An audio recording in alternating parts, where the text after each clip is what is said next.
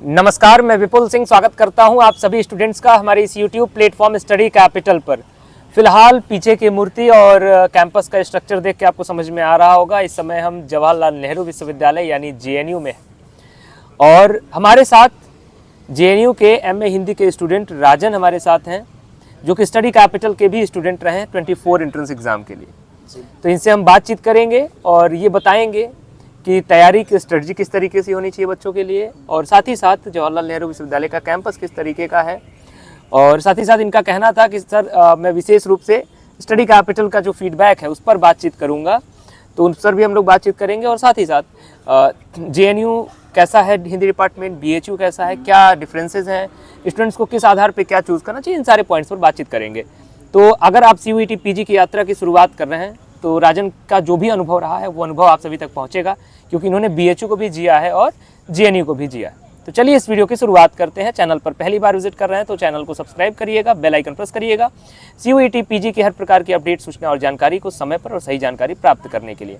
और साथ ही साथ आप हमारे साथ तैयारी के लिए जुड़ सकते हैं हमारे ऐप के माध्यम से। स्टडी कैपिटल के ऐप का लिंक डिस्क्रिप्शन बॉक्स में, व्हाट्सएप नंबर भी आपके स्क्रीन पर स्क्रॉल हो रहा होगा।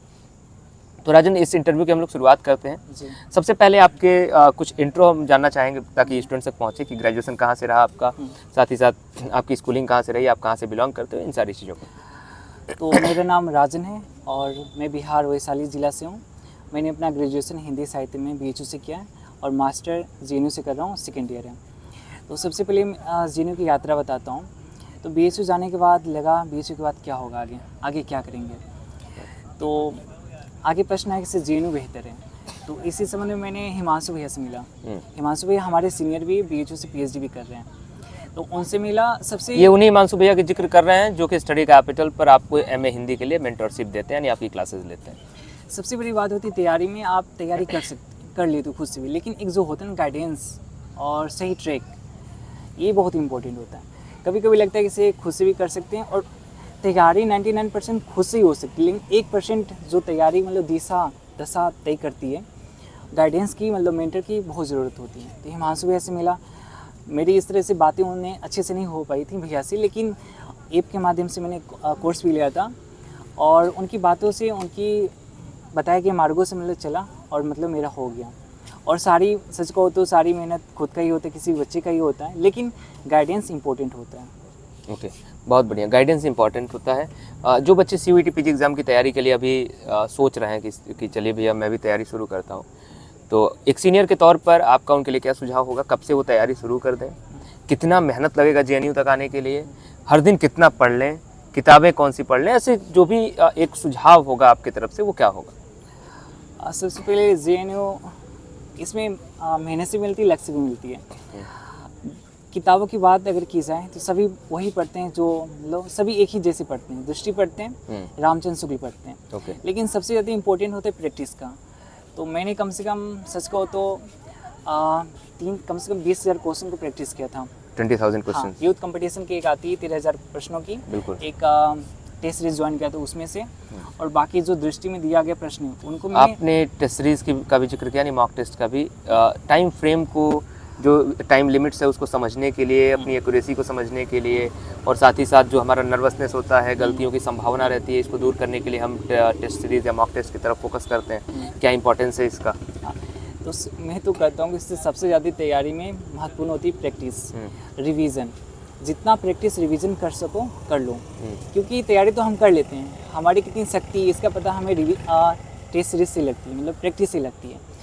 जिससे मैं प्रैक्टिस में करता था उसमें मेरे नंबर अच्छे नहीं आते थे, लेकिन एक विश्वास था कि मेरा हो जाएगा, और कहने की कॉन्फिडेंस भी हल्का सा होना ही चाहिए, और बाकी गाइडेंस समय समय पर मिलना ही चाहिए। ये JNU का कैंपस, BHU का कैंपस, BHU आपने ग्रेजुएशन किया, JNU से आप PG कर रहे हैं, DU भी आपके पास में ही है, बहुत सारे दोस्त होंगे जो DU में भी पढ़ रहे होंगे। क्या कंपैरिजन है? तीनों यूनिवर्सिटियाँ जानी जाती हैं, दिल्ली विश्वविद्यालय, JNU और BHU अपने हिंदी डिपार्टमेंट के लिए। सच को तो BHU मेरे लिए सुकून है, JNU जुनून था। और ये भी होता है ना, एक जहाँ आप हो वहाँ से एक अलग ट्राई करो। जैसे BHU से पढ़े हो तो JNU ट्राई करो, DU ट्राई करो, बिल्कुल, DU से हो तो JNU ट्राई करो, मतलब एक अलग इन्वायरमेंटल होना चाहिए एक अलग क्षेत्र। आई थिंक जब भी हम अपने कैंपस को चेंज कर रहे होते हैं तो हमें बहुत कुछ अलग चीज़ें सीखने को मिलती हैं। हमारा जो कम्युनिकेशन होता है वो चेंज होता है, हमारी जो कनेक्टिविटी होती है लोगों से, हम BHU के बहुत सारे लोगों से कनेक्ट हैं, फिर हम JNU देश का सबसे बड़ा विश्वविद्यालय देखा जाए टॉप रैंक का, वहाँ हम कनेक्ट हो रहे हैं, फिर शायद हम PhD DU करने चले जाएँ तो वहाँ हमारी कनेक्ट, बहुत बिल्कुल सही बात है। कंटिन्यू। तो इसके लिए मैं चाहता हूँ कि आप जहाँ भी हो मेहनत करो JNU के लिए। और ये सबको पता है JNU में सीट कम आती है, 39 सीट है। तो कहीं ना कहीं मुझे लगता है मेहनत इसी से कीजिए और बाकी लक होता है। ओके। और जो भी मिला उसको स्वीकार कीजिए, जहाँ भी हो मस्त रहिए। JNU का कैंपस कभी कभी विवादों में आता है। विवादों में आने का कारण यहाँ के पॉलिटिक्स।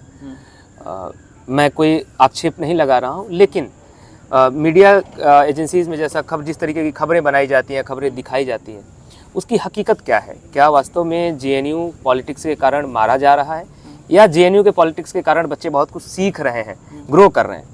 आपका क्या अभी तक 1 साल में आपने क्या समझा इससे?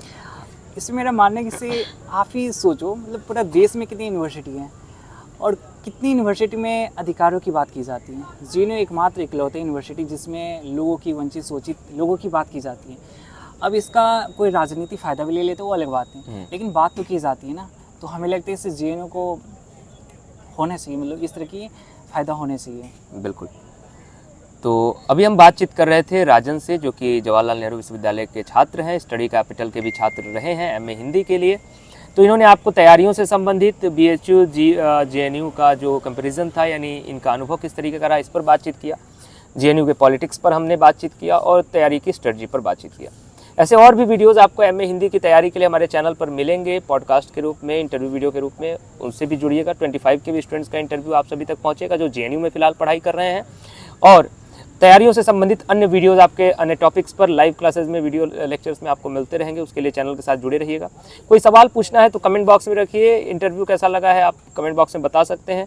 और चैनल पर पहली बार विजिट कर रहे थे तो चैनल को सब्सक्राइब करिएगा, बेल आइकन प्रेस करिएगा, वीडियो को लाइक करके शेयर करिएगा, ताकि ये वीडियो दूर दूर तक पहुँचे। और बाकी जो हमारी जो ये मुहिम है ज्ञान की बात होनहारों के साथ, ये मुहिम हमारी बढ़ती रहे। बहुत बहुत धन्यवाद। नमस्कार।